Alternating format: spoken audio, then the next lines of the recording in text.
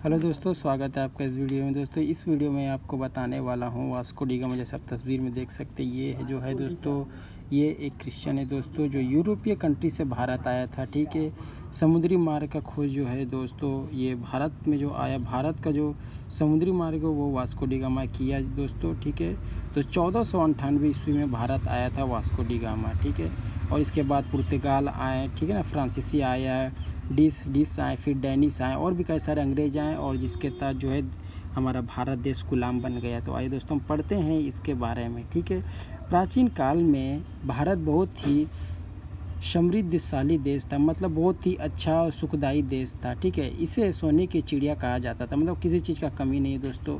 भारत की समृद्धि का रहस्य अन्य देशों के साथ भारत के व्यापारिक संबंधों में छिपा था।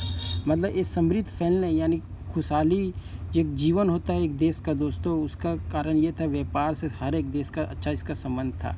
ठीक है, संपूर्ण विश्व में भारत के सूती और रेशम वस्त्र तथा कलात्मक वस्तु प्रसिद्ध थे। मतलब जो भारत का जो सूती था और रेशम था, इसका जो वस्त्र है जो दोस्तों, ये बहुत ही प्रसिद्ध था वर्ल्ड में दोस्तों। जब हम आगे हिस्ट्री जब पढ़ते हैं दोस्तों, तो हमें सूती और रेशम के खिलाफ जो अंग्रेज ने ऐसा विरोध किया दोस्तों कि हम उसे देख सकते हैं दोस्तों। ठीक है, भारत के काली मिर्च, लौंग, इलायची और जायफल जैसे मसालों की मांग यूरोप में बहुत अधिक थी दोस्तों। ये काली मिर्च देखते हैं, लौंग देखते हैं, इलायची देखते हैं दोस्तों। इलायची हम खाने से हमें गर्म होता है, और काली मिर्च भी खाएंगे, लौंग भी खाएंगे दोस्तों, इससे गर्म होता है। क्योंकि जब बाहर देश में हम लोग जब देखते हैं दोस्तों, तो वहाँ पे ज़्यादा ठंड है, बर्फ़ है, तो जो ठंड से बचने के लिए दोस्तों जब हम लोग झाल खाएंगे और लौंग, इलायची ये सब खाएंगे, तो उससे हम लोग को गर्मी मिलता है दोस्तों। ठीक है, तो इसी कारण से दोस्तों यूरोपीय जो लोग थे, यूरोपीय जो अंग्रेज़ थे, ठीक है, वो लोग भारत की ओर आए और यहाँ से मसाला ले जाकर बेचते थे। सबसे महत्वपूर्ण कारण ये दोस्तों कि यहाँ से मसालों के कारण ही जो है दोस्तों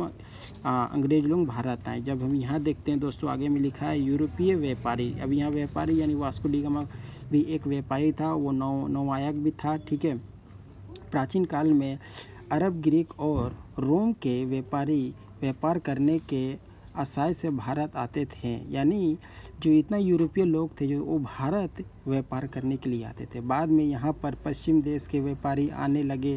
पहले पुर्तगाल के व्यापारी आए, वास्को डी गामा ने, ये वास्को डी गामा, ठीक है, वास्को डी गामा ने अपने देशवासियों के लिए भारत के द्वार खोल दिए। मतलब वास्को डी गामा जब आया तो अपने देश का और भी लोगों के लिए द्वार को खोल दिया। ठीक है, पुर्तगाली समुद्री मार्ग से आकर केरल के कालीकट पर उतरते। कालीकट जो है दोस्तों वो बंदरगाह है केरल में, जहाँ पर वास्को डी गामा आया। ठीक है, केरल में मसालों की पैदावार बहुत अधिक थी। केरल के राजा ने पुर्तगालियों के साथ व्यापार का स्वागत किया।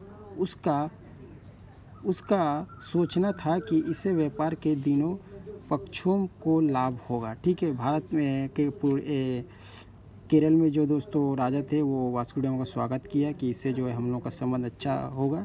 ठीक है, उसके बाद जब हम लोग देखते हैं तो यहाँ में मिलता है शीघ्र ही व्यापार बढ़ने लगा। अधिक लाभ देकर पुर्तगाली बहुत उत्साहित हुए, क्योंकि दोस्तों अंग्रेज यहाँ से कम दामों में खरीद कर ले जाते थे और अधिक दाम में बेचते थे। ठीक है, और उन्हें केरल के राजा से निवेदन किया कि वे किसी भी अन्य यूरोपीय देश को अपने यहाँ व्यापार करने की अनुमति ना दे। जाहिर सा बात है दोस्तों, जब प्रॉफिट किसी होगा तो वो चाहेगा कि ये प्रॉफिट किसी और का ना मिले, मुझे मिले। तो वही दोस्तों ये वास्को डी गामा बोल रहा है केरल के राजा को कि जो व्यापार हम लोग के बीच हो रहा है वो आप किसी को भी ना दे। वे भारत के साथ व्यापार में एकाधिकार चाहते थे, मतलब एक अधिकार चाहते थे व्यापार में। ठीक है, क्योंकि ये अपना ब्रांच बैठाने वाला था दोस्तों। ठीक है, कि यहाँ पे अपना ब्रांच बैठाएंगे और सारा माल एक्सपोर्ट हम करेंगे, ऐसा प्रकार का इसका भावना था। ठीक है, बाद में पुर्तगालियों ने कालीकट जो बंदरगाह है, कोच्चि में भी बंदरगाह है। ठीक है, कोच्चि बंदरगाह ये दोस्तों। ठीक है, कोच्चि और कैन्नूर में व्यापारिक केंद्र की स्थापना की। हम बोले ना दोस्तों, व्यापार में एक अधिकार चाहते थे, ये अधिकार चाहते थे कि केंद्र स्थापित करें। ठीक है, एक कंपनी वहाँ स्थापित करें। जैसे जैसे पुर्तगाली समृद्धि और शक्तिशाली होते गए वैसे वैसे वे भारतीयों से अनुचित और क्रूरता व्यापार करने लगे दोस्तों। ये लोग यहाँ पे केंद्र स्थापित अपना कर दिया और इसका जो बिजनेस और बढ़ने लगा, ये शक्तिशाली होते गए, ये फैलते गए और धीरे धीरे दोस्तों भारतीयों से अनुचित और क्रूरतापूर्ण व्यवहार करने लगे, मतलब अच्छी तरीके से व्यवहार नहीं करने लगे। यही कारण है दोस्तों। अब बदले में दोस्तों ये भारतीय राजाओं को दोस्तों ये अपने यहाँ का शराब लाते थे और शराब को ये देते थे, जिसके कारण दोस्तों ये लोग यहाँ पर जम पाए दोस्तों। ठीक है, भारतीय व्यापार पर 100 वर्ष से अधिक तक उनका एकाधिकार रहा, मतलब पूरा केंद्र, पूरा अधिकार, मतलब जो भारत में जो था दोस्तों 100 वर्ष तक वास्को डी गामा का था। 16वीं शताब्दी के अंत में हॉलैंड, फ्रांस, डेनमार्क और इंग्लैंड जैसे कुछ अन्य यूरोपीय देशों के व्यापारी भी किसी तरह भारतीय बाजार में प्रवेश करने में सफल हो गए दोस्तों।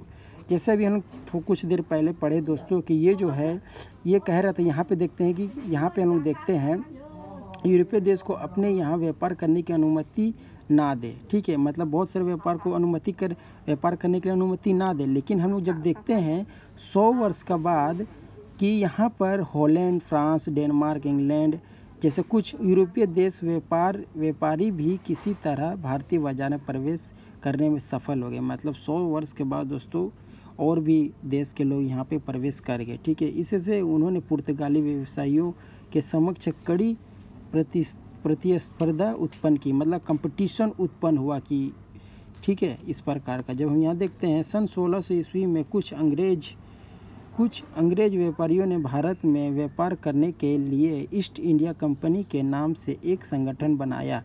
ठीक है, सन 1614 ईस्वी में उन्होंने सूरत में पहली व्यापारिक संधि की। संधि का मतलब होता है दोस्तों कि एक राजा से अपना बिजनेस को लेकर बातचीत करना और उसके ऊपर शर्त लगाना। ठीक है, कि आप इतना तक आपका राज्य है, आप ये काम कर सकते, इसको हम संधि कहते हैं। बाद में मुग़ल शासकों से अनुमति लेकर उन्होंने भारत के अनेक शहरों में अपने कारखाने तथा माल गोदाम स्थापित किए दोस्तों। यहाँ पे देख सकते हैं हम लोग कि जब संधि हो गया कि ये क्षेत्र मेरा होगा, उस क्षेत्र के तहत दोस्तों अंग्रेज लोग क्या किया कि अपना कारखाना स्थापित किया दोस्तों। ठीक है, महत्वपूर्ण ब्रिटिश संधियों को सूरत, मद्रास, चेन्नई तथा कोलकाता में प्रचलित किया गया। ये सब दोस्तों आप अगर अच्छा से ध्यान दें दोस्तों तो सूरत में मद्रास हुआ, चेन्नई हुआ, कोलकाता हुआ, यहाँ पर दोस्तों इसलिए स्थापित किया गया क्योंकि यहाँ से जो समुद्री मार्ग में जाने के लिए सुविधा होता था। ठीक है, अपने गोदाम आदि की सुरक्षा के लिए अंग्रेज़ों ने अपनी सेवाएं